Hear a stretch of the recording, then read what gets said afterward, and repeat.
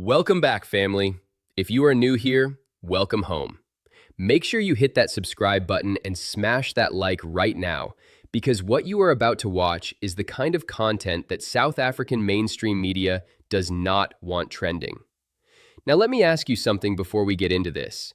If a man stands in front of thousands of people and calls himself a fighter for the poor, but behind closed doors, he is allegedly carrying a Louis Vuitton bag stuffed with 80,000 rand cash to a compound in the bush, what does that make him? A hero?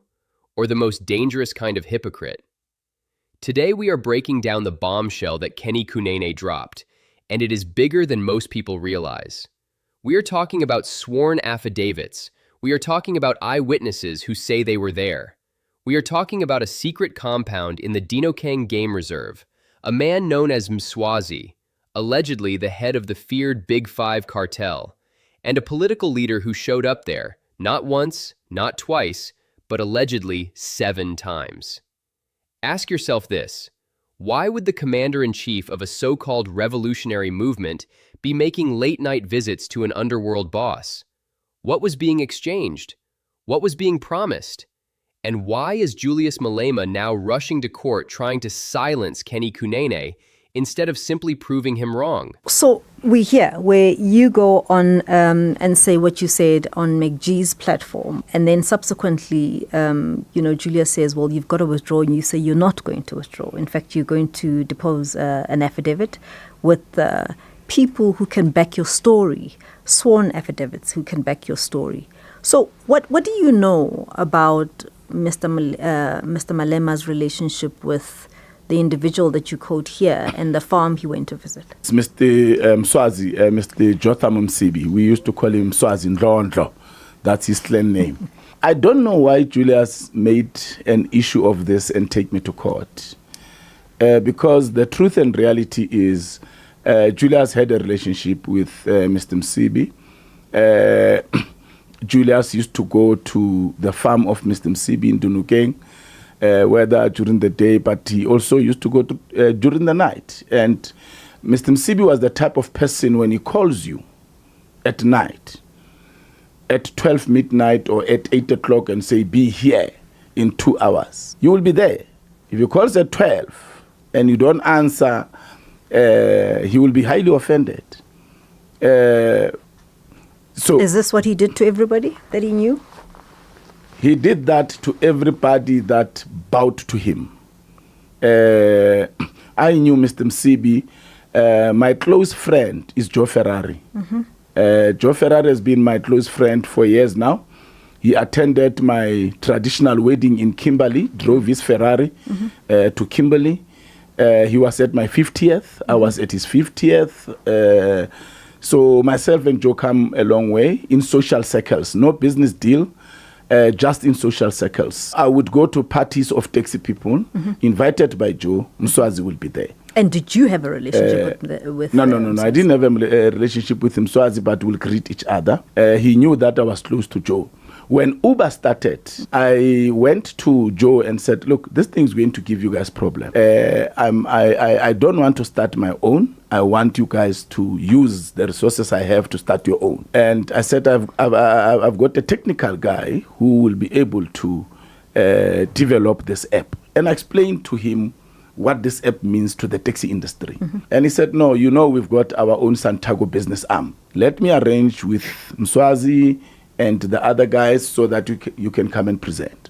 Indeed, it was arranged. We went to SA Taxi with Mr. Mutali, Steve Mutali. We arrived there to present at SA Taxi in Midrand. Mm-hmm. The MD of SA Taxi, I forgot his name, the white guy, was also there to greet us. Mr. Mswazi arrived, also came to greet us. Was this the first time you officially met him? No.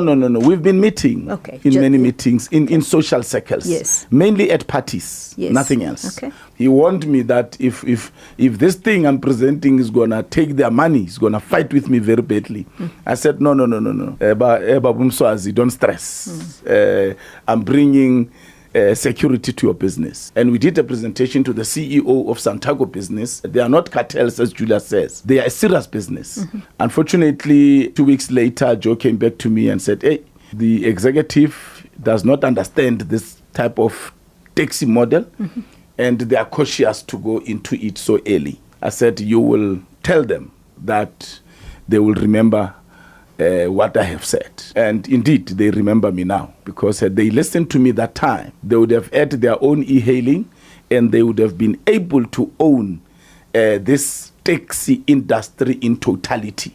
It would never have been infiltrated by these illegal foreigners, by these Pakistanis, by these foreigners who are now driving this. They would have controlled it had they listened to me. So you say you know that Julius had this relationship with Mswazi. How do you know that? Because we talk. People talk. Okay. People talk. I've been in the business of entertainment, and I've met many people in the business of entertainment. ZA, I've met a lot of people. Rivonia on deck, I've met a lot of people. Some would take pictures with me. Myself, I would also take pictures with them. I'll put them on my Instagram. I'll put them on my Facebook, because there's nothing sinister. I don't ask people for their affidavits when I meet them. I don't ask them for their CVs. Who did you kill? Are you selling drugs? Nobody does that as a standard, as a way of life. A lot of people that I have met, when we are fighting with Julius, they will say, but why is Julius fighting you? Hey, Julius, here's Julius. A lot of people would have those conversations, especially at a time when Julius is insulting me in press conferences, calling me mapantiti and what. And some of these people would be offended. And they'll call me, so Julius is calling you a pantiti, but Julius goes where? Julius was there. Julius was there. Julius was being chased. He ran to the old man there. You know what I'm saying? He made people tell me about what he is doing. Mainly this was hearsay. Mainly it was hearsay, because obviously I've never been to the farm. You had never been to the farm? I've never been to the farm until the funeral. The only time I went to the farm to eat after the funeral, it was at the funeral of Mswazi. In my capacity as the MMC of transport, you would have seen that I attend funerals of taxi bosses, because I've signed stakeholder agreement with Santago and NTA in the city of Johannesburg. So those are their bosses. I will therefore attend their funerals as part of my stakeholder. The first time I went to Dinukeng, to Uvi Lodge, was when I went to eat after the funeral. And the two individuals that are also in your affidavit? Okay.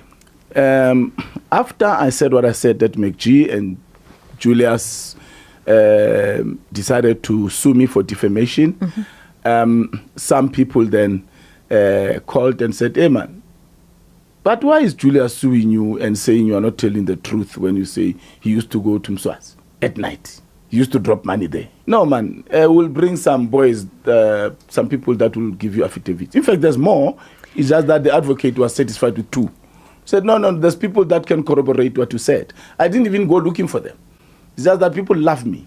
People realize that I never attack Julius. I always defend myself against his attacks. So people offer to help, people offer to bring people that can write, that can corroborate, that can support what I'm saying. One, a chef who says they were on the farm literally 24/7. Yes. And they saw things. What did they see? When you look at the affidavit of the chef, nobody would go in and out without him knowing. So he has seen Julius there. Remember, I'm focusing on Julius. Yes. And even his affidavits, his affidavit focuses on Julius. And he said, no, but I saw Julius there. He came there at some point with a black Louis Vuitton bag that had money, and money was thrown on the table. And he goes into detail. He tells you, when he came through the gate, he turned right. The house, so there's different houses. It's an Nkandla there. There's different houses.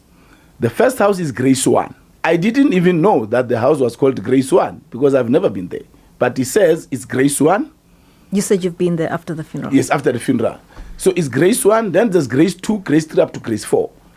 And the advocate said, Grace, what's with Grace? Said, no, Mswazi named these particular small houses after his mother, in celebration of his mother. Her first name was Grace. Okay. So that is not public knowledge. So this person is showing that he knows more than probably even Julius about the establishment itself. And he's saying they met in Grey Swan. And that's where Julius brought the bag and the money. And I counted the money because that was my job. When money comes, I was the hands of Mswazi. He never touched the money. He never touched the bag. But because Julius wanted to leave with his Louis Vuitton bag, so the money had to be thrown on the table. I had to take the money and count it. And that is what he witnessed. And he would leave Julius with the old man. But he also says that he would hear the old man calling Julius and telling him to come at night. So this would happen regularly? He says from 2023 April, about 7 times. So he would take... Every time bringing money? No, not every time. Okay. He says sometimes he'll bring an expensive bottle of Macallan. Even when he brought the money, he would bring an expensive bottle of Macallan. Mswazi loved Macallan. So Julius, I guess, knew even his personal preferences, that Macallan is his favorite whiskey, which is a very good whiskey. Of course, I drink it too. The boy was there cooking from Mswazi. The boy was there being sent by Mswazi, welcoming people, taking them to Mswazi. That is why he says the second time Julius came at night, he came with Zeng Ngumalo, Zandile EFF according to 007. This boy speaks with confidence. This boy is not thinking, is not doubting. He is speaking with so much confidence on what he knows, on the things that had transpired there. What did he say the money was for? He doesn't know. He said he was handling stuff. He was counting money. Yes. When people bring money, he doesn't know what that's... He wouldn't know what the money is for, but obviously a lot of people would bring money to Mswazi. So it could be for honor. If you bring a bottle of whiskey, you are saying, my Lord, I'm bringing a present. Ndabezita. So how does he characterize the relationship Julius had then with Mswazi? He says it was a very close relationship. They would sit and talk, but at some point he would sit and he would hear how Mswazi would give counsel to Julius. And personal counsel, whether about...